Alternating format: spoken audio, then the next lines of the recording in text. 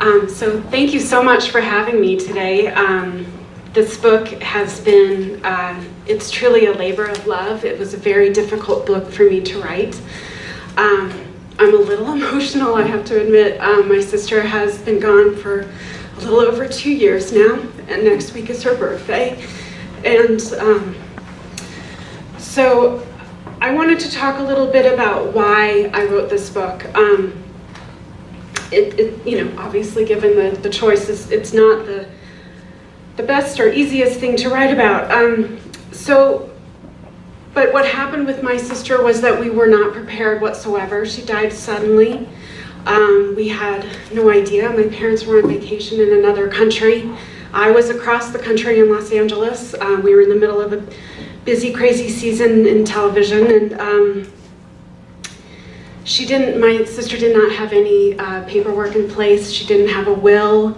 She had just moved to a city we had never been to. And so it was extremely difficult for us. We had to figure out how to get her body, to figure out how to clean out her apartment. She had pets. We didn't know anything. We had no resources in this city. So I think that for us it was a slightly more extreme case than a lot of people's. But what I decided was, because we did have such a difficult time with it, that I just thought I wanted to help other people avoid the pain that comes with all of the hassles, like having to talk to people that you shouldn't be talking to, having to argue with companies to close bank accounts. Because obviously in this type of group, I think a lot of people have their directives in place, they have a will in place. And so originally I had written the book for people that were experiencing sudden loss. But as I was writing the book, I realized, and talking with a lot of people, no one knew anything about what to do when somebody dies. Because you can get your own house in order, that's one thing. But then what happens when your loved one dies? What happens when, if it's your sister and she doesn't have her house in order? It's going to fall to you to handle and take care of. So what I wanted to do with this book was, I couldn't find any sort of practical guide of, like, how am I supposed to clean out an apartment? What are we supposed to do with the pets? What are we supposed to do with her car? There are all these things that nobody really talks about, and there are a lot of books on, there are a lot of legal books written by lawyers that address, like, all the, here's how you do probate and all of these things. And I have to tell you, like, when you're grieving, you just can't comprehend that. You can't read a book that's written by a lawyer because they're all about words. And so, and I was trying to address, like, what happens when there's not a will? 65% of Americans at any given time do not have a will. So that becomes a whole other issue. So as I go through this, I also wanted to mention I am not a lawyer. Everything that I did a lot of research on legal issues. And what I tried to do, and this is sort of where my writing skills came into play, was I tried to take very complicated issues and condense it into a paragraph. Like, how do we take probate and explain it in a paragraph? So I did have a lawyer review the book, but I always have to make a disclaimer that I'm not a lawyer. So I always refer people to lawyers. So what I wanted to do was, I wanted to start with just a little bit of the introduction from my book. I just thought, I feel like it covers what it is that I want to get into, and then I want to get into some specific areas that I see a lot of, that people tend to make a lot of mistakes and have common misperceptions and common problems that come up because of it.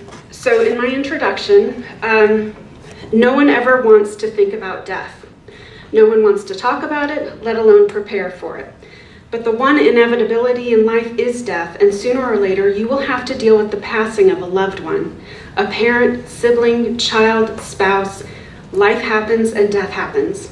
For most people, arranging the funeral is devastating enough. But the funeral is just the beginning. Often the contents of an entire residence must be evaluated and sorted. Decisions have to be made about what to keep and what to discard. Belongings may have to be shipped to other locations, relegated to storage, donated, or sold at auction. If the residence is a rental, all of this may have to be done immediately. In some instances, a home will have to be sold, which means finding a realtor, appraising the property, and preparing it for the market. Vehicles must be cleaned, returned, shipped, and sold.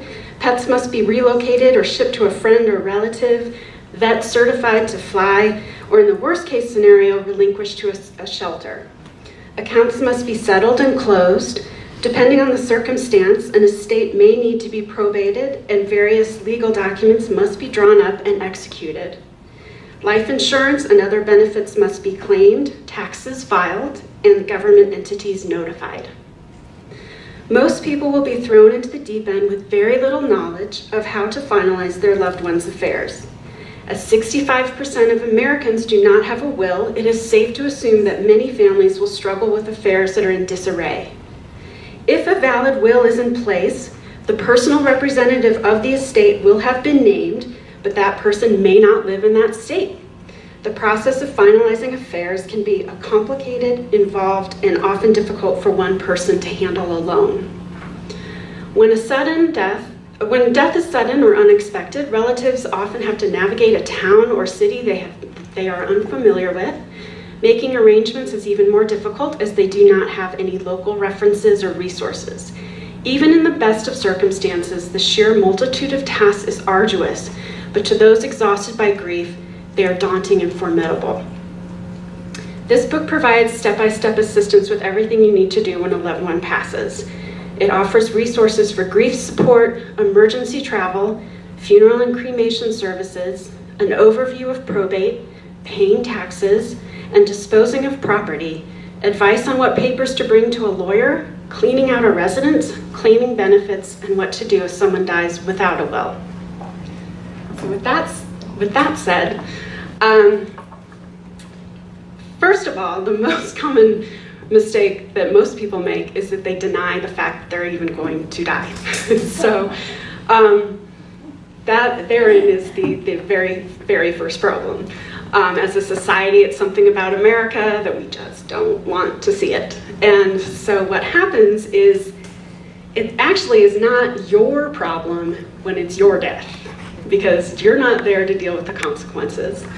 But this talk is a little bit more about what happens when it's your loved one and you have to deal with the consequences of them not having a will.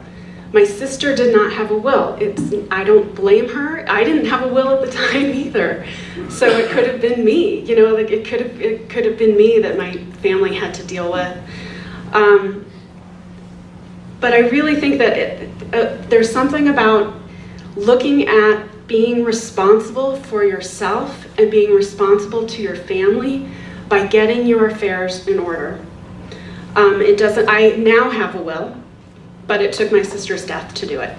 I saw what my dad, who ended up doing most of the work, I refused to ever put him in that situation again. If something were to happen to me and he was still alive, I just couldn't do that to him. So what I want to cover first is the funeral industry. The funeral industry is pretty much about the same size as the wedding industry. Death care is a $15 billion a year industry. The wedding industry is $17 billion a year. So the commonality is a wedding and a funeral are both really big productions. And it's very easy to get carried away with adding elements on. Yes, we want the lilies, and we want the lilies everywhere, and the lilies suddenly cost $3,000. And the difference between planning a wedding and planning a funeral is that planning a wedding, you're not stressed. you're not grieving. You're not, I mean, you may be stressed, but you're not. I was going to say. But you're not stressed in the fact that your heart is being torn open and you're trying to just get up in the morning and breathe and just make it through the day. So it becomes so much easier, if it's possible, to try and plan ahead of time for your funeral or for your family's funeral, for members of your family.